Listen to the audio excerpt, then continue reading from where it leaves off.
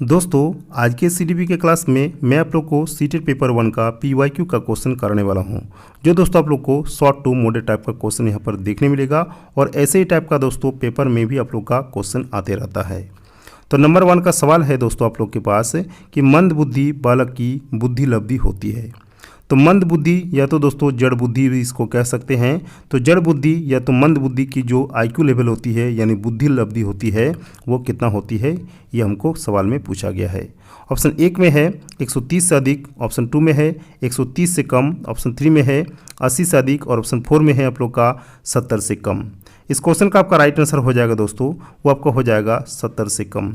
यानी मंद बुद्धि या तो जड़ बुद्धि बालक की जो आप लोग का आईक्यू लेवल होती है वो आप लोग का 70 से कम होता है। नंबर 2 सवाल, नंबर 2 में आप लोग का सवाल है कि आपकी कक्षा में पिछड़े हुए छात्रों के प्रति आपका दृष्टिकोण कैसा होना चाहिए। ऑप्शन 1 में है उनके पिछड़ेपन के कारणों को ढूंढेंगे, ऑप्शन 2 में है हमने सभी का ठेका नहीं लिए हैं, यह सोचकर उन पर ध्यान नहीं देंगे, ऑप्शन 3 में है अन्य छात्रों के समान ही उन्हें समझेंगे और ऑप्शन 4 में है उन्हें अन्य छात्रों से अलग समझें। इस क्वेश्चन का आपका राइट आंसर हो जाएगा दोस्तों, वो आपका हो जाएगा उनके पिछड़ेपन के कारणों को सबसे पहले दोस्तों क्या करेंगे, ढूंढेंगे। तो ऑप्शन नंबर 1 इस क्वेश्चन का राइट आंसर यहाँ पर हो जाएगा। आगे बढ़ेंगे नंबर 3 सवाल। नंबर 3 में सवाल है कि कुपोषण से ग्रसित बालक में निम्नलिखित में से कौन से परिवर्तन होने लगते हैं। ऑप्शन 1 में है उसके मन में हीन भावना जन्म लेने लगती है, ऑप्शन 2 में है वो अन्य बालकों से अलग रहने लगता है, ऑप्शन 3 में है उसे नींद कम आती है और ऑप्शन 4 में है इन सभी में चेंजेस यानी परिवर्तन हो जाते हैं। इस क्वेश्चन का आपका राइट आंसर हो जाएगा दोस्तों ऑप्शन नंबर 4 यानी इन सभी में परिवर्तन हो जाते हैं। ठीक है, चलिए आगे बढ़ेंगे नंबर 4 की ओर। नंबर 4 में आप लोग का सवाल है पढ़ने की क्षमता निम्न में से किससे संबंधित है। और ऐसे टाइप का सवाल दोस्तों आप लोग का सीटेट पेपर 1 और सीटेट पेपर 2 दोनों के लिए दोस्तों ये वाला सवाल आप लोग का आया हुआ है। एक बार नहीं दोस्तों, बहुत बार आया हुआ है, इसीलिए दोस्तों इस क्वेश्चन को आप लोग अच्छे से देख लीजिएगा। ठीक है, तो पढ़ने की क्षमता से संबंधित विकार को क्या कहते हैं, आप लोग का ऑप्शन में दिया हुआ है अपेज से, या 2 नंबर में है डिसलेक्सिया से, ऑप्शन 3 में है डिस्प्रेक्सिया से और ऑप्शन 4 में है दोस्तों आप लोग का अप्रेक्सिया से। इस क्वेश्चन का आप लोग राइट आंसर हो जाएगा, वो हो जाएगा डिसलेक्सिया यानी पठन वैकल्य। तो पढ़ने की क्षमता से संबंधित विकार को क्या कहा जाता है, पठन वैकल्य, और इंग्लिश में कहा जाता है दोस्तों आप लोग का डिसलेक्सिया। आगे बढ़ेंगे नंबर 5 की ओर। नंबर 5 में आप लोग का सवाल है कि निम्न में से एक प्रतिभाशाली बालक की विशेषता क्या है। ठीक है, ऑप्शन 1 में है मूर्त विषयों में रुचि, ऑप्शन 2 में है मंद बुद्धि बालकों में रुचि, ऑप्शन 3 में है दैनिक कार्यों में समरूपता और ऑप्शन 4 में है सामान्य अध्ययन में रुचि। तो एक प्रतिभाशाली बालक की जो विशेषता होता है दोस्तों वो होता है आप लोग का सामान्य अध्ययन में रुचि, यानी पढ़ाई से ज़्यादा वो रिलेटेड रहता है। तो ऑप्शन नंबर 4 इस क्वेश्चन का राइट आंसर यहाँ पर हो जाएगा। आगे बढ़ेंगे नंबर 6 की ओर। नंबर 6 में आप लोग का सवाल है कि शिक्षा में सुधार के लिए एक शिक्षक को सुधार हेतु निम्न में से क्या उपाय करने चाहिए। ऑप्शन 1 में है मुक्त अनुशासन के नियम का पालन करना चाहिए, ऑप्शन 2 में है शैक्षिक उपकरणों का प्रयोग करना चाहिए, ऑप्शन 3 में है रुचिपूर्ण पाठ्यक्रम होना चाहिए और ऑप्शन 4 में है ये सभी। इस क्वेश्चन का आपका राइट आंसर हो जाएगा दोस्तों, वो आपका हो जाएगा ऑप्शन नंबर 4 यानी ये सभी। आगे बढ़ेंगे नंबर 7। नंबर 7 में सवाल है कि निम्नलिखित में से किस माध्यम द्वारा बालक अच्छे आदर्श कैसे सीख सकते हैं। अनुकरण के द्वारा यानी कॉपी के द्वारा, अभ्यास के द्वारा यानी प्रैक्टिस के द्वारा, उचित व्यवहार के द्वारा और याद रखने के द्वारा। तो इस क्वेश्चन का आपका राइट आंसर हो जाएगा दोस्तों, वो आपका हो जाएगा अनुकरण द्वारा। तो बालक अच्छे आदर्श को कैसे सीखते हैं, अनुकरण के द्वारा या तो कह सकते हैं कॉपी के द्वारा। आगे बढ़ेंगे नंबर 8 सवाल। नंबर 8 में सवाल है कि कक्ष में सफल शिक्षण हेतु एक शिक्षक को कक्षा का वातावरण कैसे रखना चाहिए। शांत रखना चाहिए, ऑप्शन 2 में है भयमुक्त रखना चाहिए, ऑप्शन 3 में है उल्लासपूर्ण रखना चाहिए और ऑप्शन 4 में है नीरस रखना चाहिए।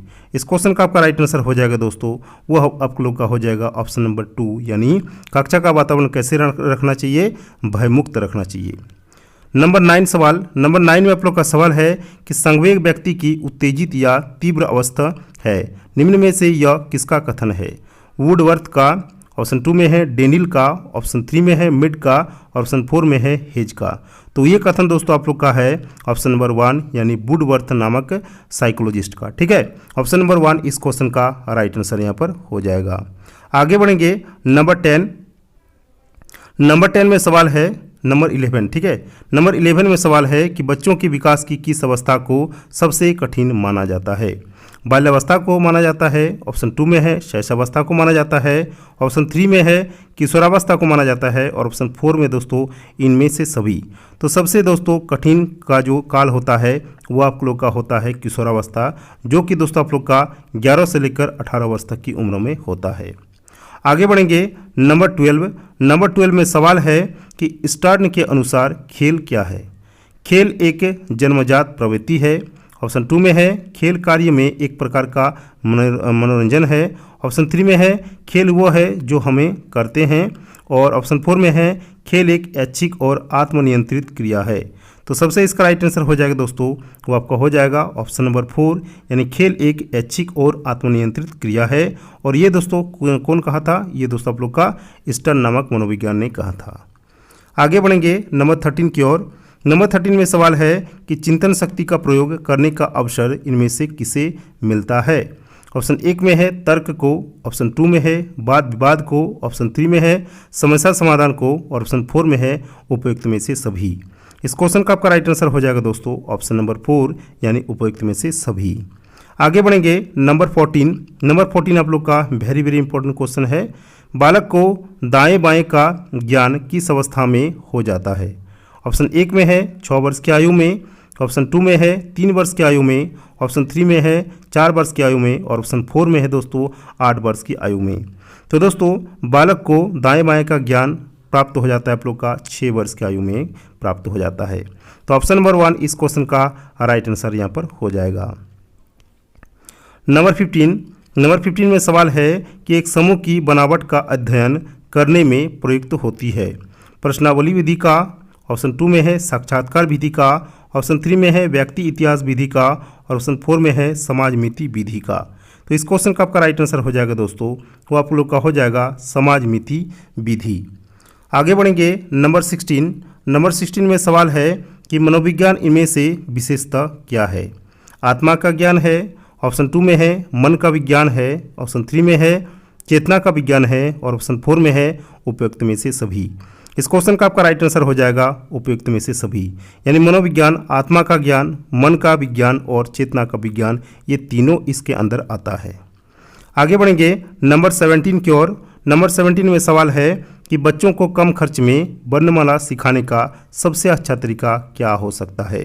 फ्लैश कार्ड, ऑप्शन 2 में है रेडियो, ऑप्शन 3 में है टेप रिकॉर्डर, ऑप्शन 4 में है फिल्म। इस क्वेश्चन का आपका राइट आंसर हो जाएगा फ्लैश कार्ड, जो कि दोस्तों सबसे सस्ता होता है बच्चों को वर्णमाला सिखाने के लिए। आगे बढ़ेंगे नंबर 18। नंबर 18 में सवाल है कि छोटे बच्चों की ज्ञानेंद्रियों को क्रियाशील बनाने के लिए क्या करना चाहिए। कक्षा में शांत बैठने को कहेंगे, ऑप्शन 2 में है उन्हें पढ़ाते रहेंगे, ऑप्शन 3 में है खेलने को प्रेरित करेंगे और ऑप्शन 4 में है स्कूल का छोटा मोटा कार्य कराएंगे। तो सबसे इसका राइट आंसर हो जाएगा दोस्तों ऑप्शन नंबर 3, यानी छोटे बच्चों को ज्ञानेंद्रियों को क्रियाशील करने के लिए यानी एक्टिव करने के लिए दोस्तों सबसे पहला काम है खेलने को उसको प्रेरित करेंगे। आगे बढ़ेंगे नंबर 19 सवाल की ओर।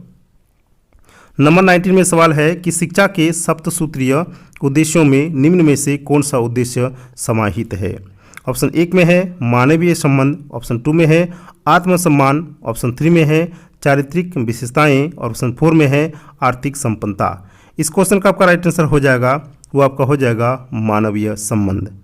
आगे बढ़ेंगे नंबर 20 और हमारा ये लास्ट सवाल है दोस्तों आज के सेशन में। विद्यालयों की गुणवत्ता को अधिक प्रभावशाली बनाने के लिए जरूरी है प्रतिबद्ध अध्यापक, ऑप्शन 2 में है आर्थिक संपन्नता, ऑप्शन 3 में है जन सहयोग और ऑप्शन 4 में है हर तरह की सुविधाएं।